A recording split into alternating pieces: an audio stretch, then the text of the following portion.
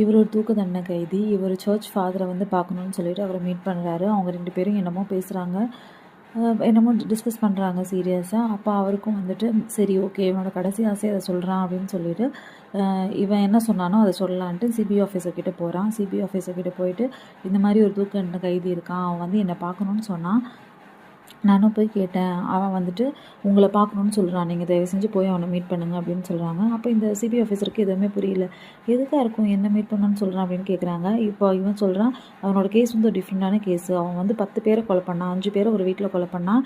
இவன் அப்புறம் போகிற வழியில் 3 பேரை, அப்புறம் ஒரு வீட்டில் 2 பேரை கொலை பண்ணான். அதில் ஒன் ஆஃப் த பிளேஸஸில் வந்து நாங்கள் போகும்போது அந்த கொன்ன இடத்துல வந்துட்டு அவங்க ஈஷோன்னு எழுதியிருந்தாங்க. இவனுக்கு இன்னொரு பேர் இருக்குது ஈஷோ. ஸோ அப்படி தான் நாங்கள் வந்து கன்க்ளூஷனுக்கு வந்தோம், இவன் தான் கொண்டு இருக்கான் அப்படின்னு சொல்லிட்டு. நாங்கள் விசாரித்து பார்த்ததில் எங்களுக்கு இதுதான் வந்தது. அப்போ இருந்து சிபிஐ ஆஃபீஸர் வந்து இந்த நாங்கள் அப்படியே வந்து அவனை அரெஸ்ட் பண்ணிட்டோம் அப்படின்னு சொன்னாங்க. அப்புறம் சரி சிபிஐ ஆஃபீஸர் இவனை பார்க்கலாம் அப்படின்ட்டு வராங்க. இவனும் அவன் போகிறான். போயிட்டு இந்த மாதிரி கேட்குறான், உனக்கு என்ன என்கிட்ட சொல்லணும்னு சொல்கிறான். அப்போ அவன் சொல்கிறான், இந்த மாதிரி 10 கொலை கேஸு என்கிட்ட சொன்னாங்க, ஆனால் இதில் 9 பேரை தான் நான் கொண்டு இருக்கேன், ஒரு ஆளை வந்து வேறு யாரோ தான் கொண்டு இருக்காங்க. அந்த ஒரு ஆள் வந்து நீங்கள் கண்டுபிடிக்கிறனால எனக்கு தூக்கு தண்டனை இல்லைன்னுலாம் ஆக போகிறதில்ல, இருந்தாலும் நீங்கள் அதை கண்டுபிடிக்கணும். அந்த ஒரு ஆளை மட்டும் வேறு யாரோ கொண்டு இருக்காங்க, அவங்க நீங்கள் கண்டுபிடிக்கணும் அப்படின்னு சொல்கிறாங்க.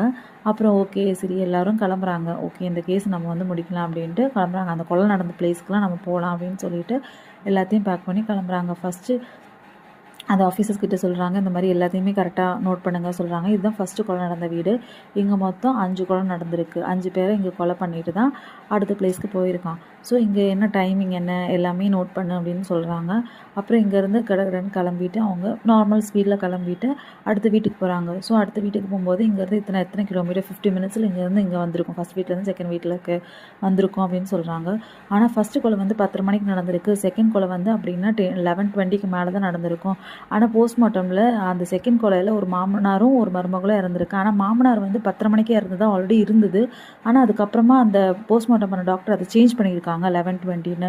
அதுக்கு என்ன ரீசன் அப்படின்னு கேட்குறாங்க. அப்புறம் அந்த போஸ்ட்மார்ட்டம் பண்ண டாக்டர் கிட்டே போய் கேட்குறாங்க, நீங்கள் ஃபஸ்ட்டு 10:30 தான் இருந்தது, அதையும் 11:20ன்னு மாற்றினீங்க அந்த மாமனார் இருந்தது. இல்லை நான் தெரியாமல் மாற்றிட்டேன், தெரியாமல் டைமிங் தப்பாக போட்டுட்டேன், அதுக்கப்புறம் நான் மாற்றிட்டேன் அப்படின்றாங்க. அப்புறம் இவங்க ஆஃபீஸை விசாரிச்சுட்டு போனது இவங்க யாருக்கோ கால் பண்ணிவிட்டு இந்த மாதிரி இல்லை வந்தாங்க கேட்டாங்க அப்படின்னு சொல்லிகிட்டே இருக்காங்க. உடனே சிபிஐ ஆஃபீஸுக்கு டவுட் வந்துடுது. இவன் வந்து நிஜமாகவே தெரியாமலாம் போடலை டைமிங்கை, வேணும்னே தான் யாருக்கிட்டே காசு வாங்கி டைமிங்கை மாற்றிருக்கா அப்படின்னு சொல்கிறாங்க. அப்போது அந்த ஒரு கொலை மட்டும் அவன் பண்ணலை, வேறு யாரோ தான் பண்ணியிருக்காங்க, அவன் தலையில் கட்டியிருக்காங்க அப்படின்னு சொல்கிறாங்க.